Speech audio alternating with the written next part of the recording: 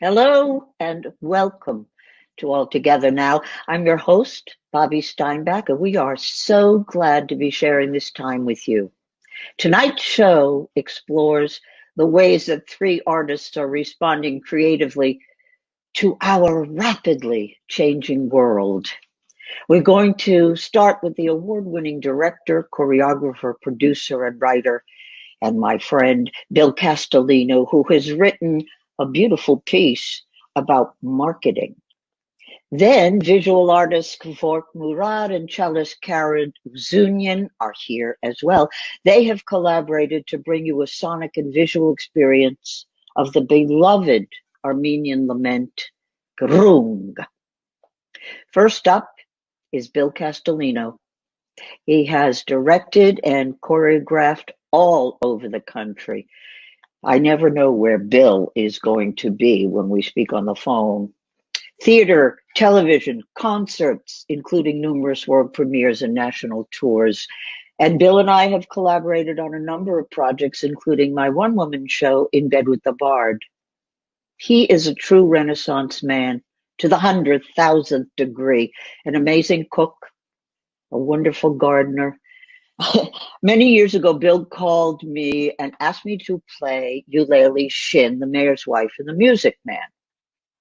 I told him I don't like The Music Man, but he convinced me to come to Michigan to a beautiful, huge theater, and it was one of the loveliest theatrical experiences I've ever had. Every night on stage, I cried because of the heart that Bill brings to his work. He's also a producer and a writer, and you'll hear and see some of his work tonight. Welcome, Bill.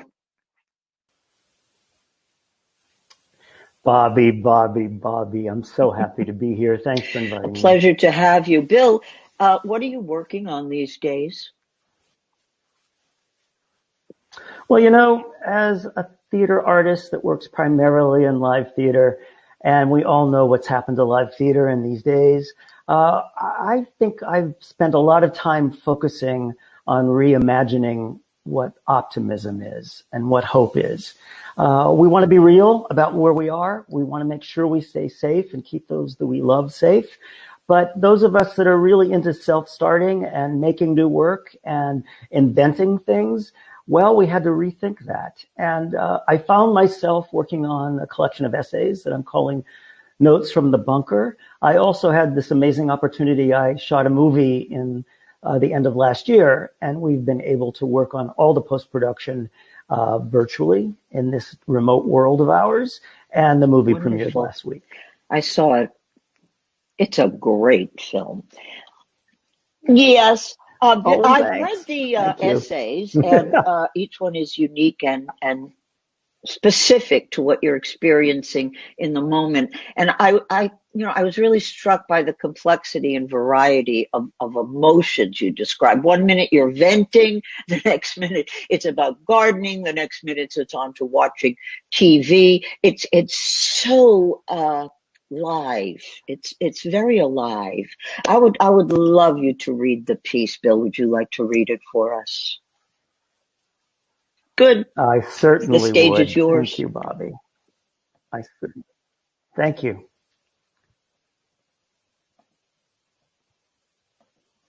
Oops, here we go. This is a perfect time for coaxing out a vivid memory. Dad is taking us to the Strip in Pittsburgh, Pennsylvania. As much as I would love this to be a sexy coming-of-age Portnoy's complaint tale, it isn't. The Strip was a stall-style individual purveyor food mart, like an indoor farmer's market, but not chic or expensive or in any way groovy. It's about 1960-ish. On many Saturdays and the occasional school holiday, my brother Tom and I follow our father through a maze determined by the season of eggplants, peaches, cucumbers, melons, dandelions. Yes, like from the yard, adds a bitter green for a salad. And olives, cheese, cured meats, who knows what was in those hanging horrors, and homemade pasta, pastry, and ice cream. Dad folds his hands behind his back. We assume the same position. We follow Dad like ducklings to the pond. We walk with purpose. Imagine a museum of modern art gallery gate. No, that's wrong. Not modern. This was a holy place prance, a slow dance one employs to maneuver the Vatican or the Temple Mount or Angkor Wat. Our trio pauses frequently as Dad assesses the sight, the sounds, the smells, the cellar. Then an eyebrow arched, then a finger pointed, then money passed, then a paper bag gets soggy with something exotic from the strip. Joy, peace, dream. Yes. Time with Dad and Tom buying food. Hands folded behind, ducklings doing their duty back in the day. An evergreen marketing memory, oft retold at my grown-up New York City dinner parties, wandering, choosing, judging, deciding. That's what we do in New York. That's what we did at the Strip. 7 weeks ago, I arrived at my husband's house at Miller Place, 2 hours from my Midtown Manhattan apartment, for a 3-day visit. Then this all happened. Shelter in place. My husband works at the post office. Gulp. All my work has been canceled. Yikes. My in-laws who live nearby love to eat and hate to cook. Eureka. I have a new purpose, an unexpected focus, and a terrific plan. 1 visit a week to the grocer, 1 visit a week to the parents. On to Stop and Shop. Week 1, I enter the sprawling suburban supermarket. No chicken, no pasta, no beans, no flour, no sugar, no bottled water, no rice. Some fresh vegetables.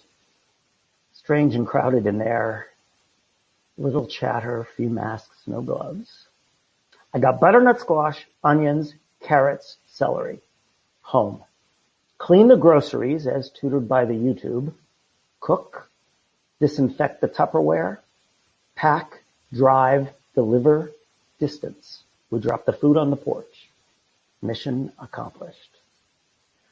Okay, they love my red sauce, they always do. And the desserts, brownies for her, spice cake for him. Not good reviews for the tuna casserole or the farro stuffed peppers. She likes radishes, cut small. He likes hot dogs, Hebrew National. Got it. Good to know. Week 2. So I make a list and go to the grocery store. No beets, no lettuce, no butter, no eggs. Some have gloves, masks, some not. Weird and stressful in there. Kids running around touching everything and walking 3 across and being kids. Head down or chin up or something. Time to market. I got through the store in 20 minutes. Home. Clean. Cook. Delete the tuna casserole. There's no tuna anyway. Make another batch of red sauce. I found ground turkey for meatballs. Cauliflower soup. Wipe the containers with a bleach water solution. Pack. Drive. Food drop on their porch. Week 3. Next time, the wipe dispenser at the entrance is empty. No grapefruit, no bananas, no garlic, go figure. Haven't seen yeast in weeks. Nobody bothers to walk down the cleaning supply aisle. Cashiers wear masks. Nobody talks. Nobody browses. Get home, sanitize the packaging, cook. I pack up some split pea soup. There were dried beans. Red sauce, let's see, week 1. A turkey meatloaf, a variation on the meatballs from week 2. Chocolate chip cookies for her, and Entenmann's mixed donuts for him. He really didn't like the spice cake. Drive, deliver, retreat, repeat. Week 4. Then, 1 person per family in the store, so no kids. I buy what they have, cans of red beans, cans of kidney beans, cans of garbanzo beans, cans of black beans, riddle the menu later. I get in and out of there as fast as I can. Red sauce, favorite. Chili, beans. Coleslaw lasts a while if you don't put the dressing on it. More donuts for him, more radishes for her. Purify, pack, porch. Cottage cheese, I'll learn to like it. Laundry soap, we might need it. Mustard, there was no mayonnaise. Club soda, I'll drink it. Frozen spinach, they had it. I love going to the market. I loved going to the market. I'm worried. Steve goes to work and I worry. I don't have a job, worry. I haven't seen the New York City apartment in weeks, worry. I need a haircut. I worry about how stupid that worry is. Out here in Long Island, we don't even get to bang a pot at 7 o'clock. Week 5, I skip a week and work out of the pantry. Week 6, I go to the market. Now everyone is masked, gloved, distanced, silent. There's a garbled announcement about poultry rationing and senior citizen shopping hours. No grapes, onions, or milk. Maybe we're just between deliveries. Nothing frozen except spinach, and I already have that. No vanilla or honey or dishwasher soap. There are sweet potatoes, peanut butter, and pickles. There is a plexiglass sneeze guard at the checkout. The cashier tells me he can't pack groceries in any bag I bring in. I hate going to the market.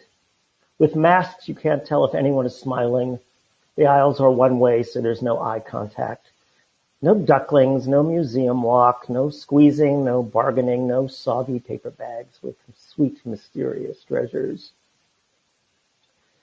You know how people are socializing via Zoom because of the situation? Well, a chum put 5 of us together from Madonna High School, class of 1970, Weirton, West Virginia. It was wonderful and odd, and how did this happen all at once? Somehow we started talking about the strip. Each one of us had a slightly different version of it, where it was, what was sold, what was in the greasy bag. In fact, there's a chance we weren't talking about the same place at all. But it is truth in our senior citizen memory, in our agreed upon history, and now in our Zooming high school reunion. The strip. Marketing.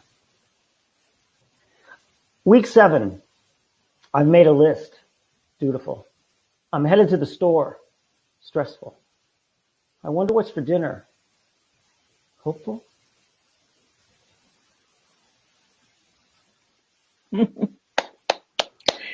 Thank you for sharing that, Bill. That was marketing, a monologue from Bill's essays, Notes from the Bunker.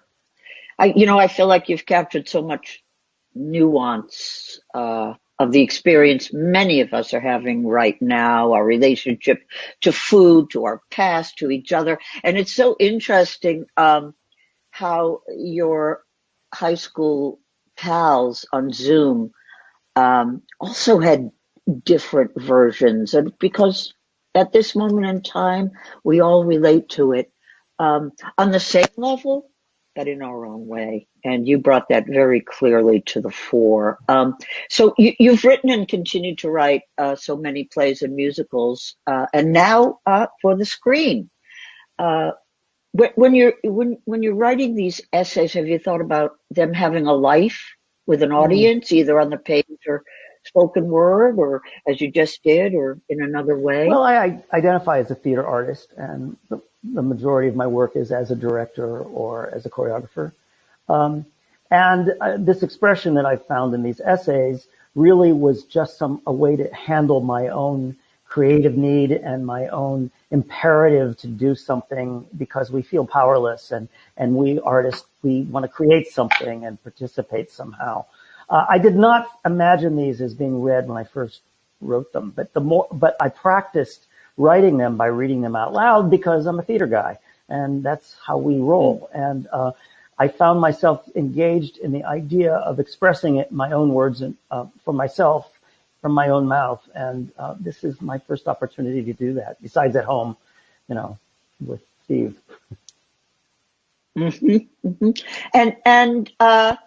So you're very an experienced writer. What would you say to somebody who has something to say? Everybody does, after all, but is afraid to start writing? Yeah, I think the blank page can be terrifying. So my advice to anybody that is interested in this, just start. Just purge. Don't worry about it. Don't censor yourself. Don't edit yourself. just get something on the page, because once it's on the page, then you have it. It's in another dimension, and you can manipulate, change. And I find that the hardest day is the first day.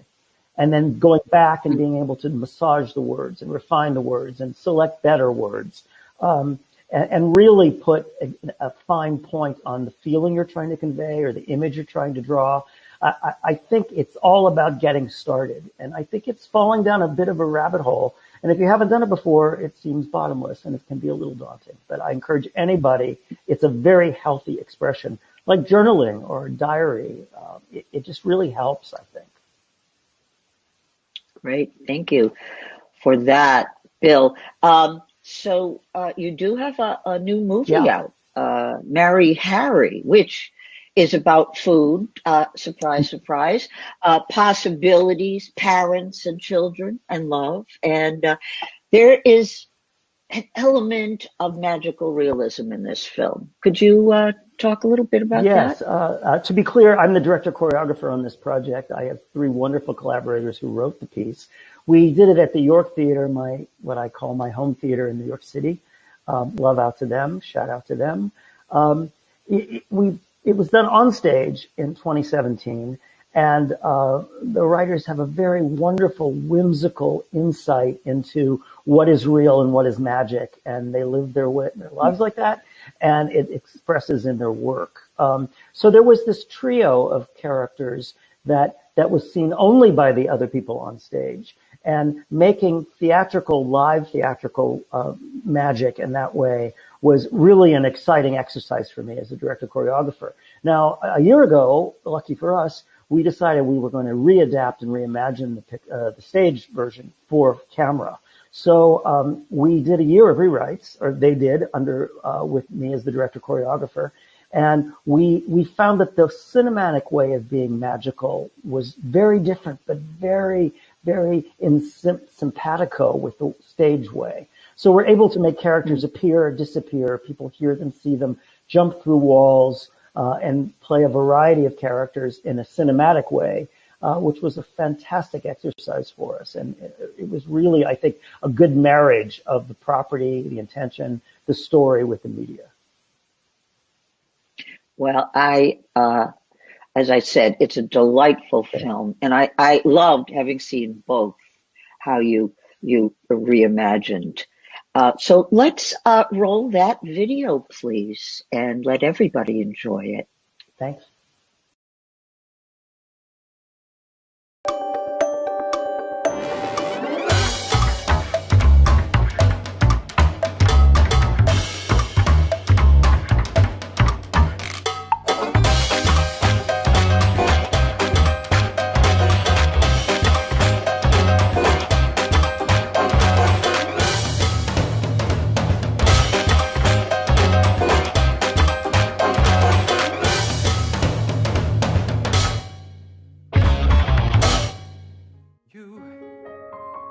Open the door. I'm not sure how to walk through. Don't know exactly what move to make, what to take, what to leave behind. It's new, this feeling I've never felt before. And I like how I feel being here with you.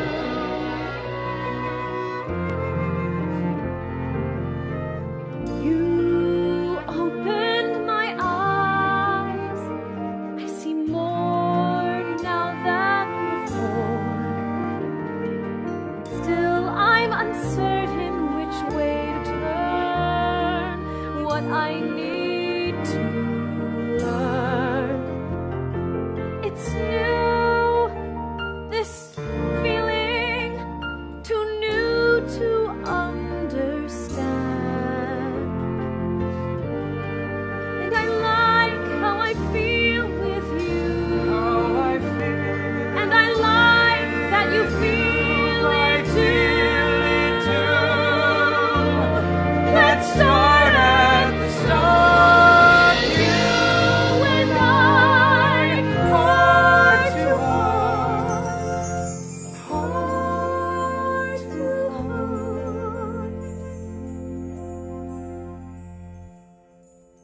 What's your favorite color?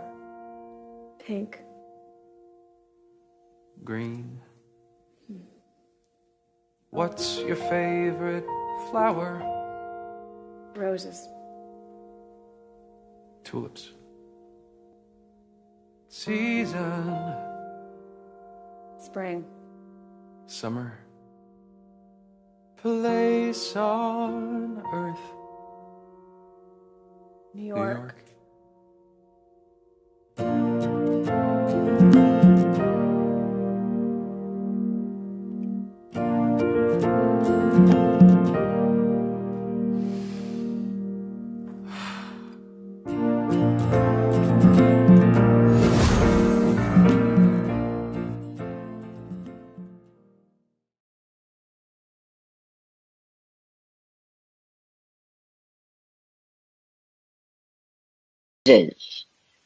Heart into the performances of these two wonderful artists. What are their names, Bill?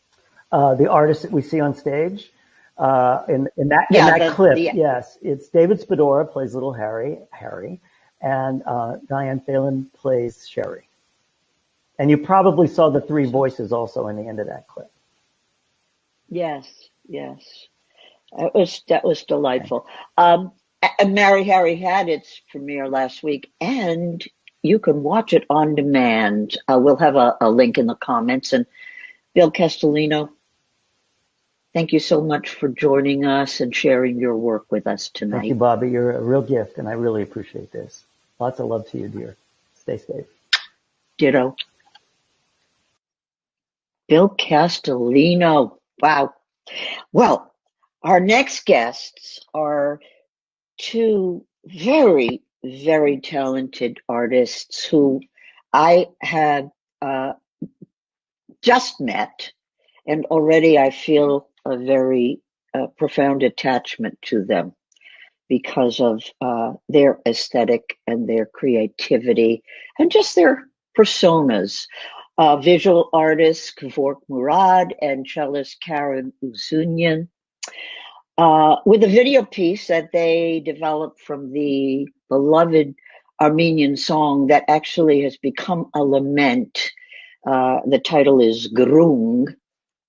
Kevork is a visual artist who employs his technique of live drawing and animation in concert with musicians, developing a collaboration in which art and music harmonize with one another. And cellist Karen Ouzounian is described as radiant and expressive by the New York Times. She approaches music making with a deeply communicative and passionate spirit. Welcome, Kevork and Karen. Hi, Bobbie. So good to see you. So great to see you. Before we start, I want to acknowledge for our audience that Karen's video is coming in at a very low frame rate, and you may see the video and audio a bit out of sync. Karen, would you tell us about the piece Groong and its roots and meaning within the Armenian culture? Of course. So the composer Gomidas, he was an Armenian composer, a priest, a choir master, and a very important ethnomusicologist. And I think that perhaps he's the most central and cherished figure in all of Armenian music. He arranged and he transcribed with so much care and nuance thousands and thousands of Armenian songs. And that way he preserved a lot of Armenia's cultural and musical heritage before Armenians suffered this devastating loss with the genocide in the early 20th century. And that genocide really very profoundly impacted his own life. Gomidas's Groong, which is the song that you'll be hearing, the title means the crane. And in the song, a person tells the crane that they long for its voice, and they ask the crane if it has news from our homeland. And then they say to the crane, "You didn't answer me, and you flew away. go, fly away from our land. So this piece is really very treasured by Armenians. It's a piece about homesickness, about longing. I grew up in Toronto in an Armenian home, and I learned this song when I was a kid from my mom. And so you'll be hearing my interpretation of the song played on solo cello, and my dear friend and the amazing artist Kevork Mourad's visual interpretation of the song. Kevork, tell us a little bit about your relationship to this piece and how that influenced your work. You want to take yourself off mute. Thank you so much, Bobbie, for having us. This is a treat for us to share our work with the world. So in this time, of course, all of us locked down at home, we're trying to reinvent ourselves, how to create our works in this kind of isolation. When a dear friend, Karen, asked me to collaborate with her, and it's interesting when you share a culture with someone, especially with a talented musician like Karen, you think that subconsciously she's going to ask you to create something.